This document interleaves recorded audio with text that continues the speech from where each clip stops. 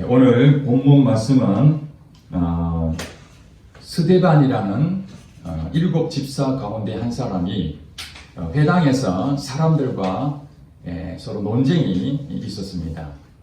스데반은 성령과 지혜가 충만한 초대교회의 아주 훌륭한 사람이었습니다. 그런데 그 사람들이 이 스데반에 대해서 공회에 세우게 됩니다. 잘못된 거짓 발언으로 스데반을 앞에 세워놓고 신문하는 그런 장면이 나오는데, 거기서 스데반은 그 많은 사람들 앞에서 이제 이스라엘의 나라를 하나님이 어떻게 세우셨는지 그런 과정을 마치 설교하듯이 쭉 설명하게 되는데, 그것이 오늘 본문 7장에 시작하는 내용입니다. 그 가운데에 이 모세에 대한 부분을 오늘 특별히 창립 9주년 기념 주일날 하나님께서 우리 모두에게 주시는 말씀이라고 생각하고 이 말씀을 전하게 됩니다. 모세에 대해서 여러분 다 알고 계실 것입니다. 이스라엘 민족에 정말 중요한 역할을 했고 큰 인물이라고 할 수 있습니다. 구약의 가장 중심 인물의 가운데에 모세가 빠질 수가 없습니다. 마치 모세는 신약의 예수님처럼 일을 했던 아주 위대한 사람입니다. 우리는 이 모세의 위대한 그 모습들을 바라보지만은 실제로 모세의 쓰임 받기 이전의 삶에 대해서는 우리가 쉽게 놓치는 경우가 있습니다. 그것이 바로 오늘 스데반을 통해서 이스라엘 백성들에게 설교하듯이 했던 것이 오늘 모세가 어떻게 하나님께 귀하게 쓰임 받았는지에 대한 부분들을 오늘 함께 나누었으면 좋겠습니다. 오늘 본문에 여러분 보시다시피 20절부터 이제 우리가 봤는데요. 하나님께서는 이 아브라함을 부르셔서 이스라엘의 믿음의 조상을 삼으셨습니다. 그렇게 하고 아브라함에게 약속하기를 400년 동안 어려움을 당할 것이고, 그것이 바로 애굽 땅의 고통된 삶이죠. 거기에서 400년 후에는 내가 그들을 건질 것이다, 이렇게 말을 했습니다.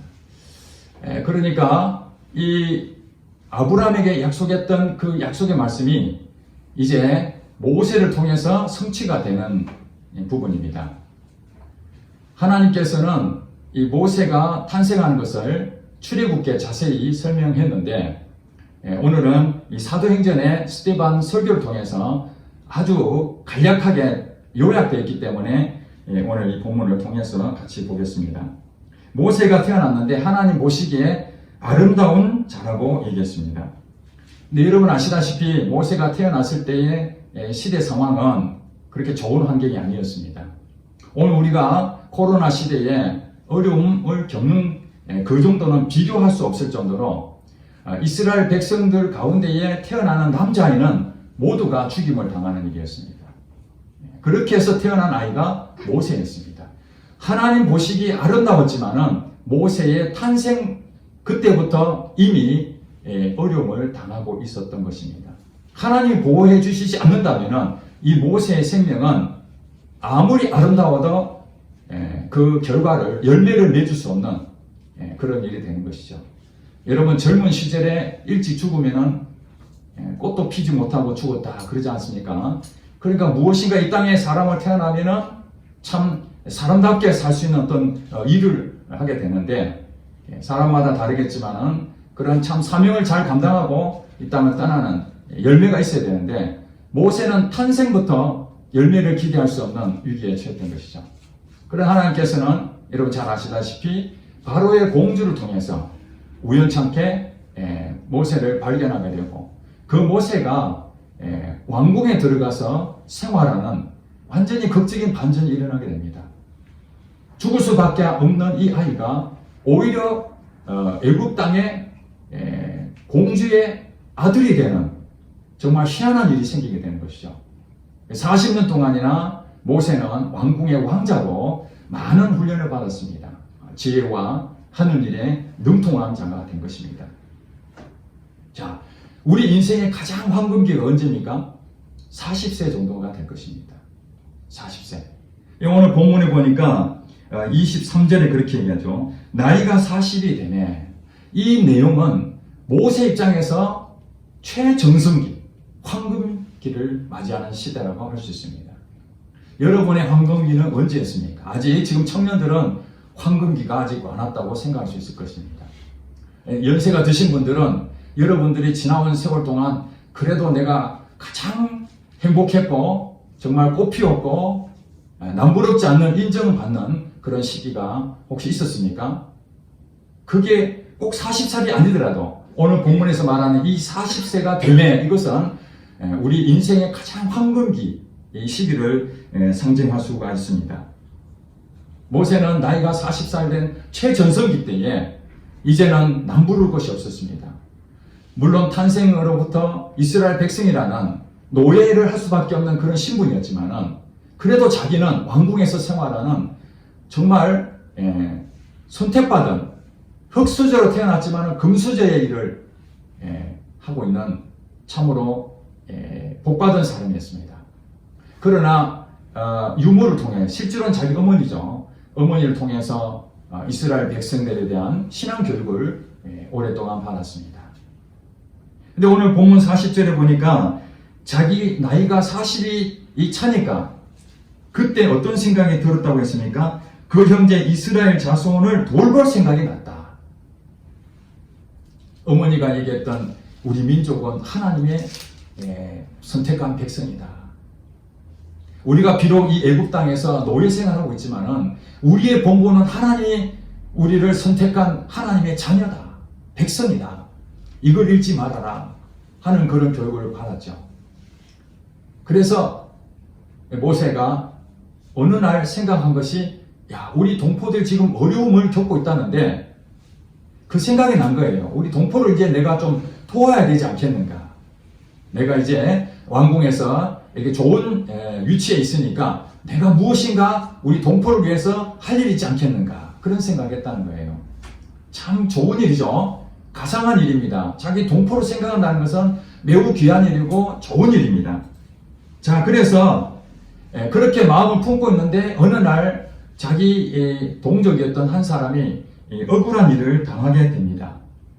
억울한 일을 당하게 되어서 그것을 해결하는 방법이 있어서 애굽 사람에게 억울한 일을 당한 그 사람을 보호해주고 도와주기 위해서 피해자가 아닌 가해자 애굽 사람을 남몰래 쳐 죽여버립니다. 그리고 모래에 싹 감춰버립니다.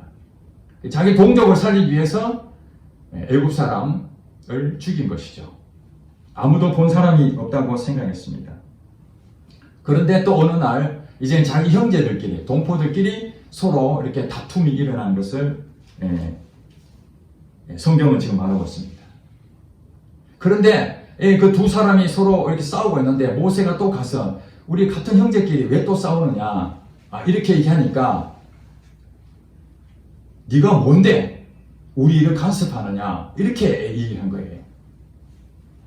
너 어제 애굽 사람을 쳐 죽이더니 또 우리도 죽이려고 하느냐 이렇게 얘기한 거예요. 그러니까 모세가 깜짝 놀랐습니다.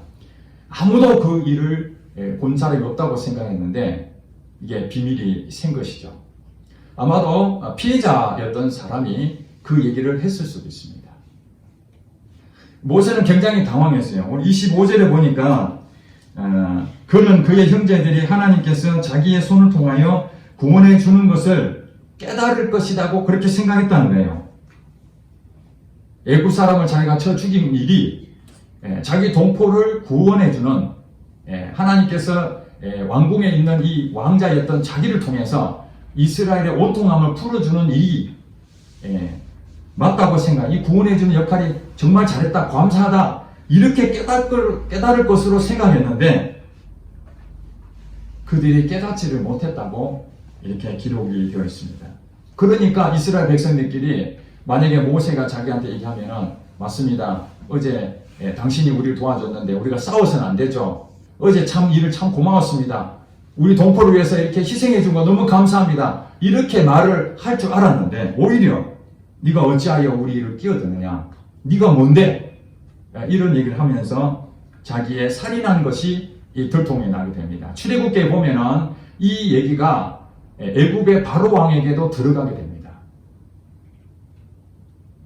바로의 공주의 아들로 입양했던 그 모세라는 놈이 자기 백성, 그러니까 애굽 사람이죠. 바로 왕 입장에서는 자기 백성을 쳐 죽였다. 입양한 이 모세가 그 얘기를 듣고 분노합니다. 그래서 모세를 잡아들이라는데 모세가 그 소식을 듣고 도망을 치죠. 살인자의 오명을 쓰고 그는 미디안 남쪽으로 도망을 치게 됩니다. 이 도망을 이제 치면서 거기서 40년을 양을 치는 사람이 되어버렸습니다. 40살 때 정말 자기는 최전성기 때에 자기 동포를 위해서 섬기려고 했다가 오히려 누명을 쓰고 물론 살인은 했지만은 그 동족들에게 인정도 못 받고 살인자로 이제 낙인이 찍혀서 도망자 신세에 대해서 이제는 애굽 땅에도 가지도 못하는,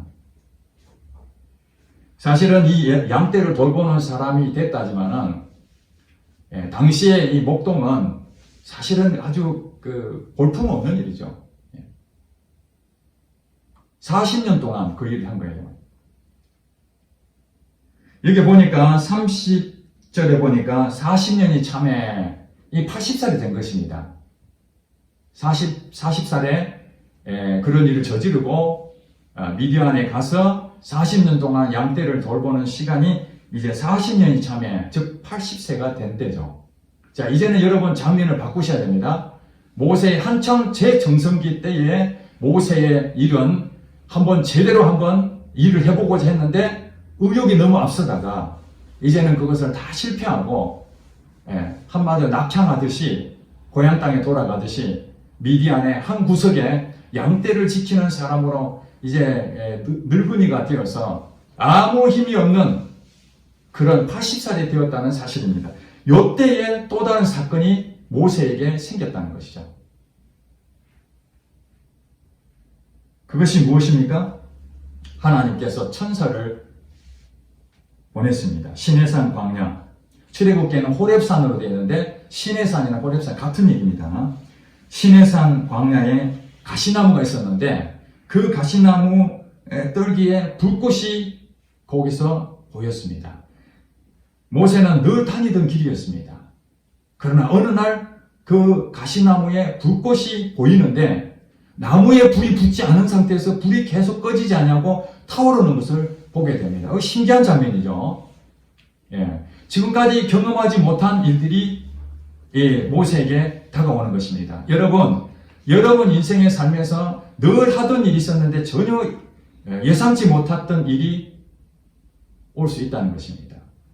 하나님은 우리에게 무엇인가 말씀하실 때는 지금까지 경험하지 못한 일들이 우리에게 나타날 수가 있다는 것입니다. 그때 여러분들은 두려워하지 마시기 바랍니다.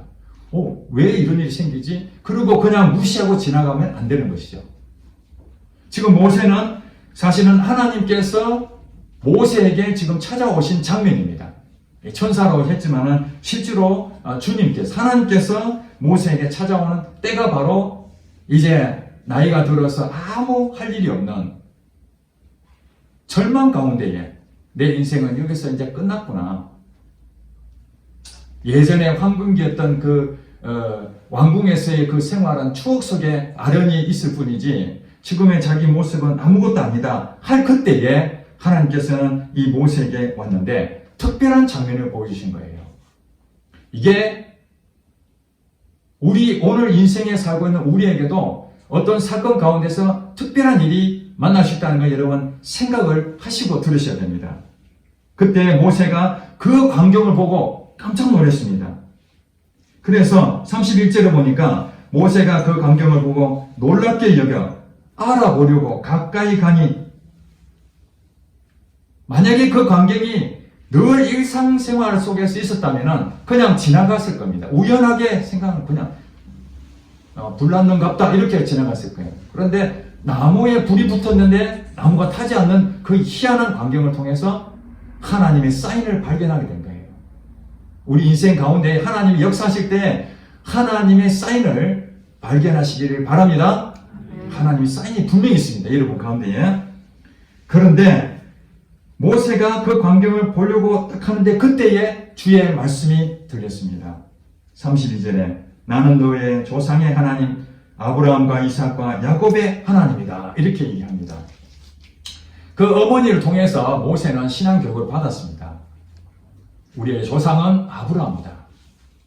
아브라함의 아들이 이삭이고 이삭의 아들이 야곱이고 이런 얘기들. 그 다음에 아브라함이 어떻게 하나님의 역사하심을 경험했고 이삭과 야곱의 그런 모든 것을 다 경험하게 된 것을 어머니를 통해서 다 들었던 얘기입니다. 그러나 이 모세는 하나님을 직접 본 적이 있습니까? 없습니까? 없습니다. 그냥 어머니를 통해서 들었을 뿐입니다. 그랬는데 하나님께서 이제 모세에게 찾아오셔서 직접 만나는 장면입니다. 너희 어머니한테 들었던 바로 너의 조상의 하나님, 그 하나님이 바로 아브라함 하나님, 이삭의 하나님, 야곱의 하나님이 바로 지금 너의 하나님이다. 지금 그 얘기하고 있는 것입니다. 이게 굉장히 중요한 것입니다. 우리가 믿는 하나님 누구십니까 도대체? 성경에 나와 있는 아브라함과 이삭과 야곱의 하나님께서 기적을 베푸시고 함께 하셨던 그 하나님이 바로 내가 믿는 하나님 맞습니까? 그 하나님이라면은 바로 모세가 하나님께 귀신 받은 것처럼 여러분들 반드시 귀신 받는다는 거예요. 이거 확인하셔야 돼요. 성경 속에 그 하나님이 바로 내가 믿는 하나님이다. 이거 확신 가져야 됩니다. 이거.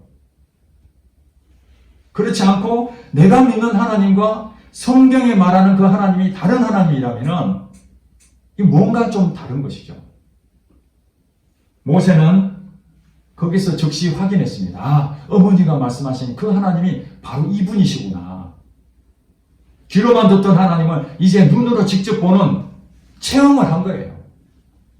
신앙생활은 그냥 듣는 것으로 끝나는 것이 아니라 이렇게 하나님을 직접적으로 만나는 역사가 있을 때에 즉 비로소 확신이 드는 것이죠.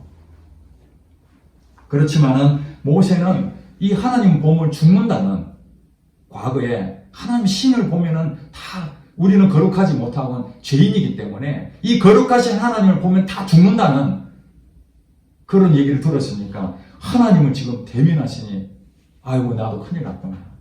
무서웠습니다. 귀로만 듣던 하나님 직접 경험했지만은 그 하나님이 혹시 내가 하나님을 가까이 함으로써 내가 죽음을 당하지 않겠는가.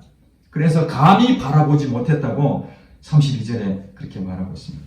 그때 주님께서 다시 말씀하십니다. 33절에 주께서 이르시되 너의 발에 신을 벗으라. 내가 서 있는 곳은 거룩한 땅입니다. 여러분 나중에 이 시내산은 애굽 땅을 탈출했다가 광야로 들어가죠. 광야로 들어가서 그게 사실은 미디안 땅이에요. 미디안. 거기서 하나님의 시내산으로 가가지고 이스라엘 백성들과 언약을 맺게 됩니다. 그게 시내산 계약이잖아요. 너희는 나의 백성이고 나는 너희의 하나님이다. 이 백성 10계명도 받고 그 언약을 맺습니다. 그러나 지금 이 시내산에 지금 있는 이때는 출애굽한 이후의 것을 전혀 생각하지 못한 상태입니다. 지금. 그러니까 하나님께서는 거룩한 땅이라는 것을 설명하시고 너의 발에 신을 벗으라. 여러분 신고 다니는 신발이 깨끗합니까? 더럽습니까? 더럽죠. 상징적으로 우리가 그동안에 내 마음대로 신었던 신발, 더러운 이 모습으로 사는 거 이제 내가 너에게 사명을 줄 것인데 너 이 세상의 것들을 전부 다 이 신발을 신고 다닌 것들 다 벗어버리고 하나님이 새로운 신발을 신어라. 그런 의미로 해석할 수가 있습니다. 그래서 지금 너는 너 가지고 있는 생각들, 가치관 이런 거 전부 다 벗어버리라. 너 40년 전에 최전성기 때 너희 동포를 한번 살려보겠다고 하나님이 나를 통해서 이 이스라엘 백성들을 구원할 것이라고 생각했던 거 그러나 결과적으로는 그들에게 신임을 못 받고 오히려 자기는 무시당하고 쫓김당했던 그것을 생각할 때에 자기 의롭게 하는 것이죠.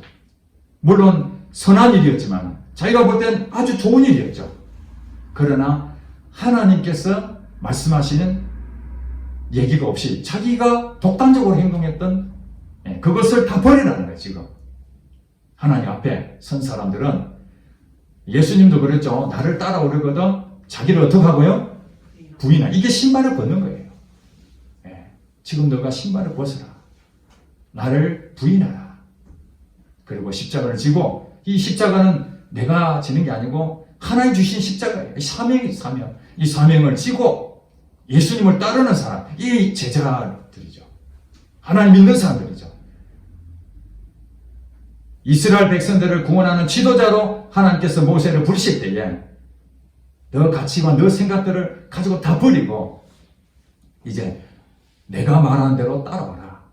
그것을 지금 요구하고 있는 것입니다. 여러분 어떻습니까? 하나님을 만날 때에 하나님은 여러분에게 다 사명을 주셨습니다. 여러분 신발을 다 벗으셨습니까? 여전히 여러분 신발을 신고 있습니까? 내 자신을 부인하지 못하고 내 고집을 앞세워서 아무리 좋은 선한 일을 할지라도 하나님 말씀 앞에 순종하지 못한다면 이 모세가 실패한 것처럼 우리도 실패할 수밖에 없는 거예요. 모세는 하나님 백성입니다. 하나님 믿는 자였습니다. 어머니를 통해서 교육을 받았던 사람이었습니다. 한마디로 모태신앙이었어요. 모태신앙. 신앙의 배경에서 자랐던 사람입니다. 그럼에도 불구하고 자기 의를 내세울 때는 하나님께서 조금도 그게 관여하지 않으시는 거예요. 그래, 너 한번 해봐. 너가 하고 싶으면 해봐. 그리고 다 실패를 경험할 때 우리 인생에 여러분 지난 시간을 돌이켜 보시기 바랍니다.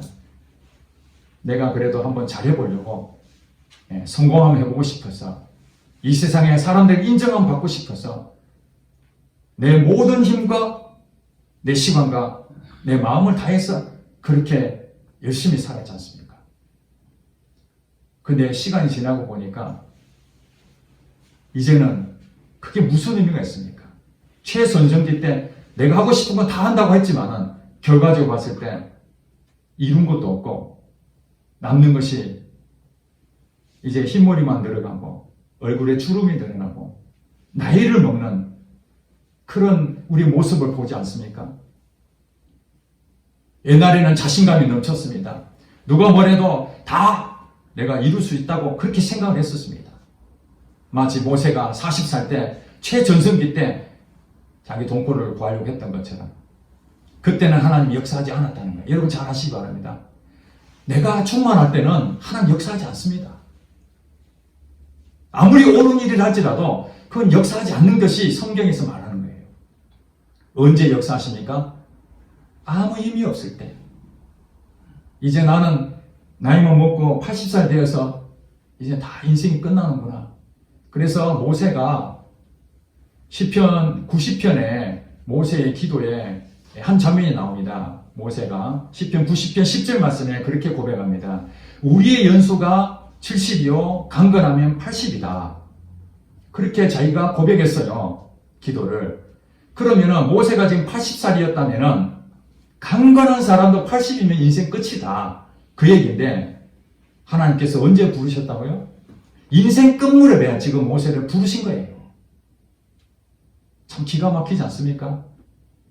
하나님이 내 정말 힘있고 최전성기 때 나를 좀 써주면 좋겠는데 그때는 내 마음대로 해버리고 이제는 하나님 이제는 내 마음대로 할 수가 없습니다. 나이도 먹고 모든 것이 다 힘이 없습니다.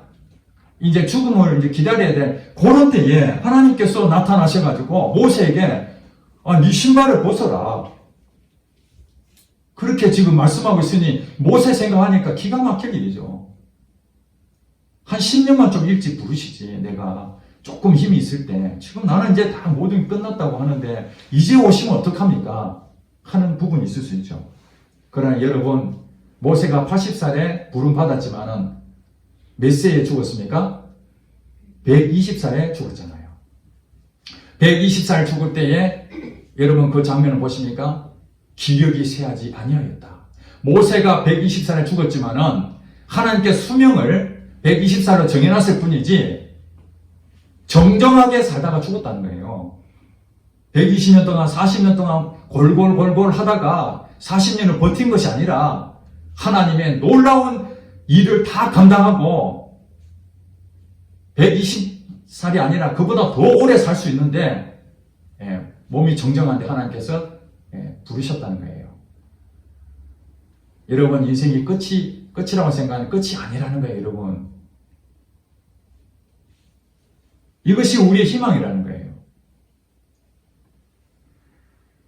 그러면서 34절 우리 다 같이 한번 읽어봐요. 시작.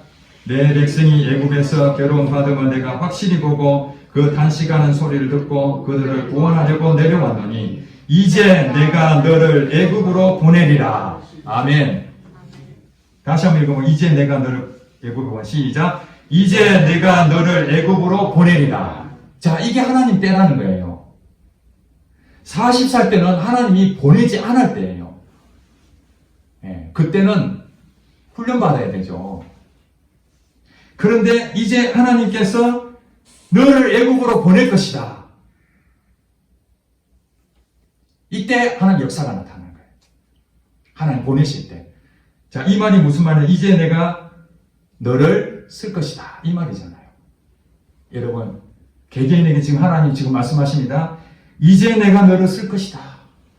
여러분, 인생 이제 마무리 와가지고 다 인생이 더 이상 방법도 없고 이 방법 저 방법 다 써봤는데 이제 할 방법도 없다고 생각하십니까? 여러분 하나님을 안 믿고 건강하고 돈 많고 지위가 있는 사람 이 사람 복 받는 사람 아니에요. 이 사람이 가장 위험한 사람이에요. 모세의 40살과 똑같아요. 그 사람은 자기의 최전성기로 내가 무엇이든 할 수 있다고 자신감 넘칠 때는 하나님이 아무것도 역사하지 않는 거기 때문에 결국에는 어떻게 됐다고요? 살인자가 돼서 미디안 땅으로 도망친 거예요. 그 인생의 실패자인 거예요, 그것이. 그러나 성경에서 말하는 복받은 사람은 아무 낙이 없는 80살 이 노인, 그 모세에게 절망 가운데 있지만은 그래도 양떼를 키우면서 어머니가 가르쳐주신 그 하나님하고 묵상하며 살고 있는 그 사람에게 하나님께서 기억하셔서 역사하시는 거죠. 여러분 하나님하고 깊은 관계를 맺고 하나님과 동행하며 이렇게 살면서 어려움을 당하고 있는 바로 여러분이 내가 너를 쓸 것이다 이렇게 말씀하시는 거예요. 언제요? 하나님께서 정말 희망이 없는 그때에 찾아오셔서 내 발의 신을 벗으라 그렇게 여러분에게 말씀하고 있는 것입니다. 요셉도 국무총리로 나라에 큰 일을 했습니다. 자기 가족들을 애굽 땅에 인도하는 그 역할을 하나님께 맡기셨어요. 국무총리가 된 요셉만 생각하지 마시고 그 전에 요셉은 어떤 일을 당했습니까? 자기가 있는 그 자리에서 최선을 다했어요. 노예로 팔려간 그 자리에서도 하나님과 동행하고 있으니까 자기도 모르게 감옥에도 들어가고 많은 유혹을 받았지만은 열심히 하는 거 보니까 나중에 그것이 국무총리로 쓰임받기 위한 이 밑바탕을 깔고 있었던 거예요, 이게. 사실은 모세가 40년 동안 양떼를 돌보는 그것이 이스라엘 백성들을 양을 돌보듯이 배우는 시간이었어요, 이것이. 헛된 시간이 아니라는 거예요. 우리가 오늘 이렇게 힘이 없고 여러 가지 어려움을 당하는 이 시간들이 나중에 여러분 쓰일 때에 그것이 자산이 되는 거죠. 밑바탕이 되는 거예요. 오늘 우리 교회가 이곳에 세워진 지 9년이 됐습니다. 창립 9년이 됐습니다. 9년 전에 세워질 때에 하나님 이 교회 어떻게 하나님 쓰시기 원하십니까? 그런 기도한 마음으로 교회가 세워졌는데 9년이 세월이라는 것이 한순간에 지나가요. 보여지는 건 없고 저는 나이는 먹고 하나님 저의 최전성기 때 그때 하나님 역사하지 아니하시고 지금 이제는 나이가 들어서 모든 것이 어려운 상황이 있고 나타나는 건 없고 이대로 목회가 끝나는 것인가? 이대로 교회가 끝나는 것인가? 더 많은 죽어가는 영혼들을 구원해야 되는데 하나님 앞에 엎드릴 때마다 죄송하고 부끄럽고 그런 마음이 드는데 하나님께서 그런 마음을 주신 거예요. 오늘 모세처럼.